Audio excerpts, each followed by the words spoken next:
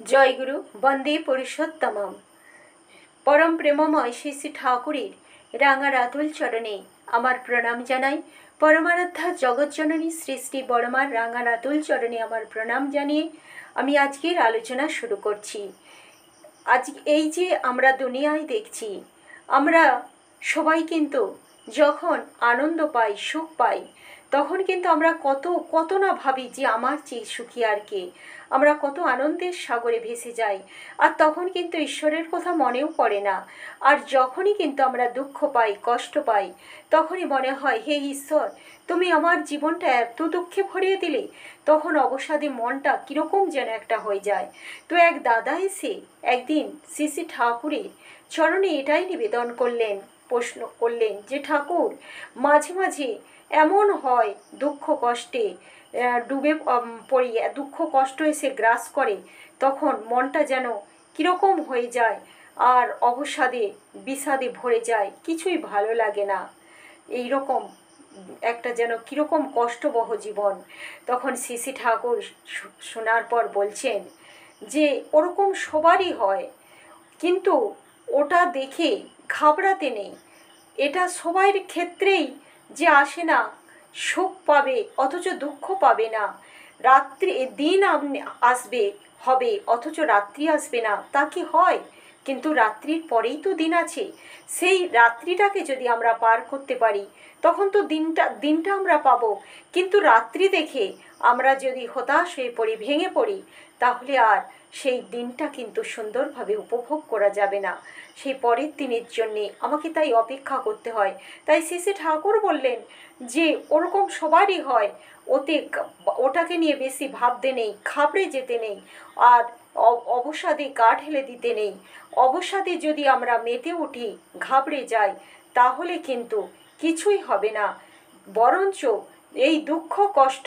আর শ্রী শ্রী ঠাকুর আরও বললেন যে সবসময় যদি তুমি ওই দুঃখ কষ্টের মধ্যে থেকে ভাবো চিন্তায়, সেই সবে আর অপরকেও নিজের এই দুঃখ কষ্টের কথা শোনাও, তাহলে প্রকৃত যখন তুমি বিপদে দুঃখ কষ্টে পড়বে, তখন কিন্তু সহানুভূতি পাওয়ার জন্য, সেই রকম তোমার পাশে পাওয়ার জন্য কিন্তু কাউকে তুমি পাবে না। সেটা কিন্তু একটা ভেবে দেখার দরকার আছে। বরঞ্চ তুমি যদি তোমার দুঃখ কষ্টের মধ্যে থেকেও সেইগুলোকে সেই পাশে সরিয়ে রেখে তা তুমি মানুষের পাশে দাঁড়াতে পারো, মানুষের সেই সব কিছু, তাদের সুখ দুঃখের সাথী হতে পারো, তাদের বিপদে আপদে পাশে গিয়ে দাঁড়িয়ে তাদেরকে সান্ত্বনা তৃপ্তি দিতে পারো, তাহলে কিন্তু এক সুন্দর জীবন তুমি লাভ করবে। তখন কিন্তু অনেক মানুষকে তুমি তোমার কাছে পাবে, তাদের তাই তুমি তাদের নিয়ে মেতে ওঠো। দেখবে এই সহায় সম্বলহীন তোমাকে হতে হবে না। তোমার সবসময় একটা বুক ভরা থাকবে তখন, যখন তুমি অপরের জন্যে কিছু করবে। তোমার দুঃখ কষ্টের জন্যেও কিন্তু মানুষ তোমার কাছে এগিয়ে আসবে, তোমার পাশে এসে দাঁড়াবে। তাই ঠাকুর আমাদের বলছেন না যে মানুষ স্বার্থী হও, মানুষ স্বার্থী হও। এইটাই কিন্তু তার কারণ, যত আমরা মানুষ স্বার্থী হব, ততই কিন্তু আমরা এগুলোকে এড়িয়ে চলতে পারবো। কারণ একা একা কেউই বাঁচতে পারে না। একা বাঁচাটা কিন্তু জীবন নয়, সেটা মরণেরই সামিল। তাই বাঁচতে হলে সবাইকে, সব পারিপার্শ্বিক সবাইকে নিয়ে বাঁচতে হয়, সবার কথা ভাবতে হয়, সবাইকে বুঝতে হয়। তখন অপরেও আমার কথা ভাববে, বুঝবে। এটাই আমার প্রিয় পরম বলছেন। আর বলছেন যে যত তাফালের মধ্য দিয়ে, দুঃখ কষ্টর মধ্য দিয়ে যায়, সে কিন্তু তত তার শক্তি সঞ্চয় হয়, তার তত বুদ্ধি বাড়ে, অভিজ্ঞতা সঞ্চয় হয়। আর পরম পিতা যাকে বড় করতে চান, তাকে এইভাবেই তাফালের মধ্যে ফেলেন।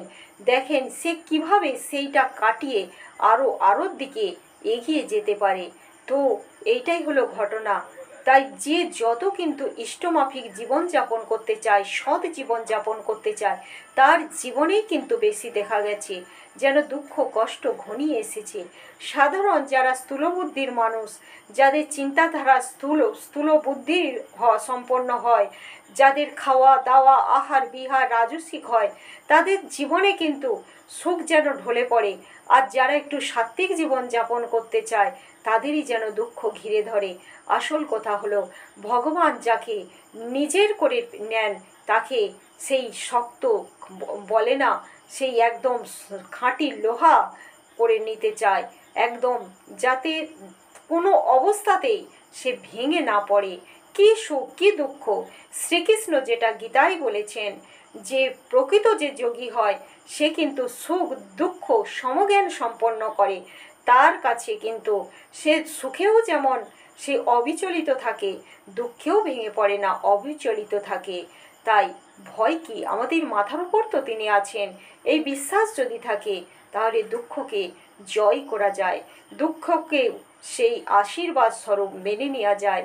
যদি তার উপর ভরসা বিশ্বাস থাকে যে রাত্রিটাই সব সব কথা নয়, রাত্রির পরে কিন্তু সূর্যোদয় হবেই হবে, আর সত্যি হয়েও তো থাকে, তাহলে ভয় কিসের, ভাবনা কিসের, তাই না? তাই এইভাবেই কিন্তু আমাদের জীবনটাকে ভাবতে হবে। পরমপিতা তো আছে, যে যে গুরু ধরেছেন তার উপর বিশ্বাস ভরসা রাখবেন, তাহলে দেখবেন জীবনটা সুন্দর মধুময় হয়ে উঠবে। কারণ নিজেরা আমরা কিছু করতে পারি না, আমাদের জন্ম নিতে গেলেও বাবা মাকে প্রয়োজন। তারা ছাড়া আজ আছে আমার জীবন, কাল থাকবে না, কখন কি হয়ে যাবে আমরা কেউই জানি না। নিঃশ্বাস চলে গেলেই জীবনটা শেষ। তাহলে আমরা কি ইচ্ছা করলেই আমরা সব করতে পারি? পারি না। তখন আমাদের সর্বদাই কিন্তু সেই একজন পরম পিতার উপর, বিশ্বদের দিন দুনিয়ার যিনি মালিক তার উপর ভরসা বিশ্বাস রেখে চলতে হয়। তাই সব কিছুতেই তার উপর ভরসা করে যে থাকে, শিশু যেমন মায়ের উপর বিশ্বাস ভরসা নিয়ে থাকে, সেইভাবে যদি থাকা যায়, শিশু কি কোনো সংসারে কি দুঃখ সুখ তার মধ্যে কি কোনো তার অনুভব হয়? হয় না তো। যে সে তো তার সব কিছুর মধ্যেই সে আনন্দ উপভোগ করে। ঠিক একইভাবে কিন্তু আমরাও সেটা পেতে পারি যদি তার কাছে সরল বিশ্বাস মন নিয়ে ওই শিশুর মতো হতে পারি। জয়গুরু, সবাইকে জয়গুরু। সবাই খুব খুব ভালো থাকবেন, প্রিয় পরমকে মাথায় নিয়ে চলবেন, তাহলে দেখবেন দুঃখেও কিছু করতে পারবে না, সুখ সুখ সেটা সুখের মতোই যেন আনন্দময় হয়ে উঠবে। জয়গুরু, সবাইকে জয়গুরু। বন্দে পুরুষোত্তমম।